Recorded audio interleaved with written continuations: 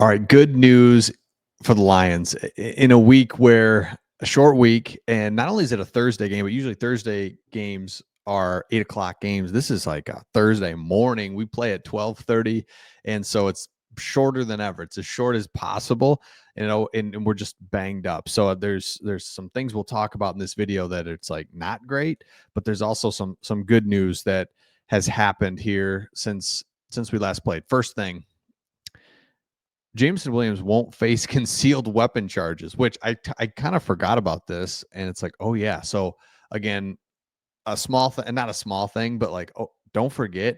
So he's good. He should be good to go. Come on, JMO. We need you. We need you. We cannot afford to have any. We're just at that point, and that's the problem. We're we're we're so talented. We're so deep. Culture's so good that we can withstand these injuries we have. You can see it obviously clearly, but there does come a point like where it's just like we just can't overcome this anymore. And we're getting with every injury, it's like, oh man, the margin for error or more margin for like we can't sustain too many more injuries. So or guys being suspended is where I was going with that. So okay, so JMO, that's good news number one.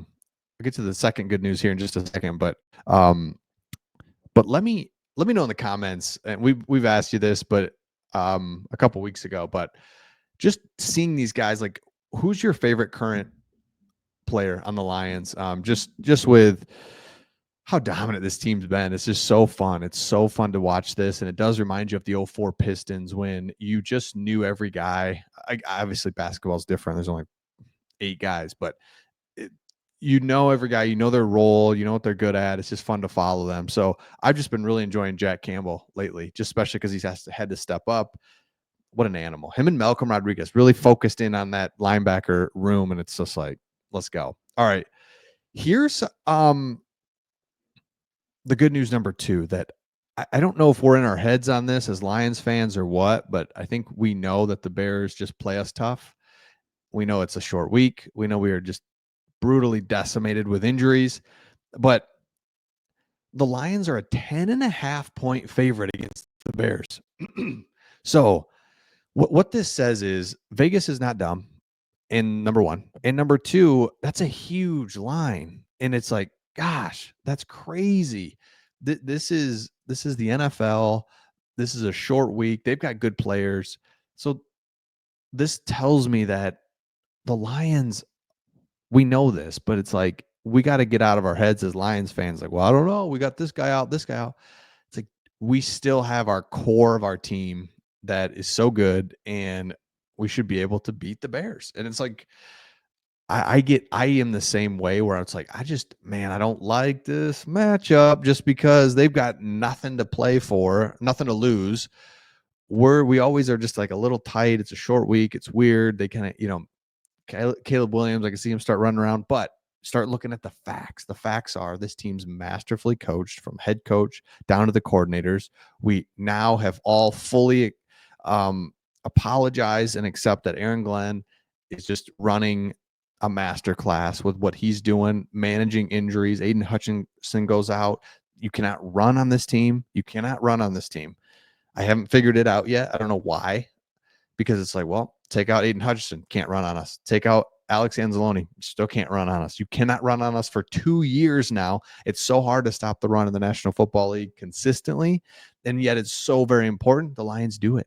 So now you're going to make Caleb Williams, all right, man, beat us. And he's going to make some throws, and it's going to be, ooh, dang, that was a good throw. But, man, can you just keep going against our defense? It's going to be hard for him. So that's good news number two. Don't forget about that the Lions were good. Okay, we're good. Okay, here's something I love. And let me blow this up. Man, let me know in the comments if you were there at the Colts game. But again, so awesome that the Lions do it again. Lions fans, they go into the opposing team stadium and just take over. And how fun is it? We know we're going to probably win like three, right? We know we're going to win. So I was like, all right, I'll go to the game. Chance of Jared Goff louder than ever. Unfortunately, they're blue. Their colors are blue as well. So you couldn't see us stand out as much. as like when we go to the Chiefs or Packers games or whatever, but still love seeing it. And yeah, their coach was asked about it. And he's like, no, I don't think it was that big. It didn't bother us. And it's like, dude, that's crazy. So Zaire Franklin said, it's disappointing. It hurts when you take over a stadium like that, but it starts with us. We got to do our part, give our fans something to cheer for. It's hard for them to make noise when we're losing. So it wasn't like, no, I didn't notice the Lions fans. It was like, yep, pretty sure it hurt. So that being said, we got to do better at home. I felt like we had some good performances at home, but I know Detroit is a short drive, so they made the trip. Man, shout out to everybody that was at that game. Let me know if you were at that game. Um, love it. Okay, so a couple things. Some more good news. One other good news is I know we've got injuries, but none of them seemed long term. So like the biggest one for me is Carlton Davis. Carlton Davis is still unsure at this point, but man, he went down with a non-contact injury. They did some tests. It's not like an ACL. It's nothing. It's not season ending. Could have sprained something. I don't know. I don't know what's going on there in the knee, but it's not long term.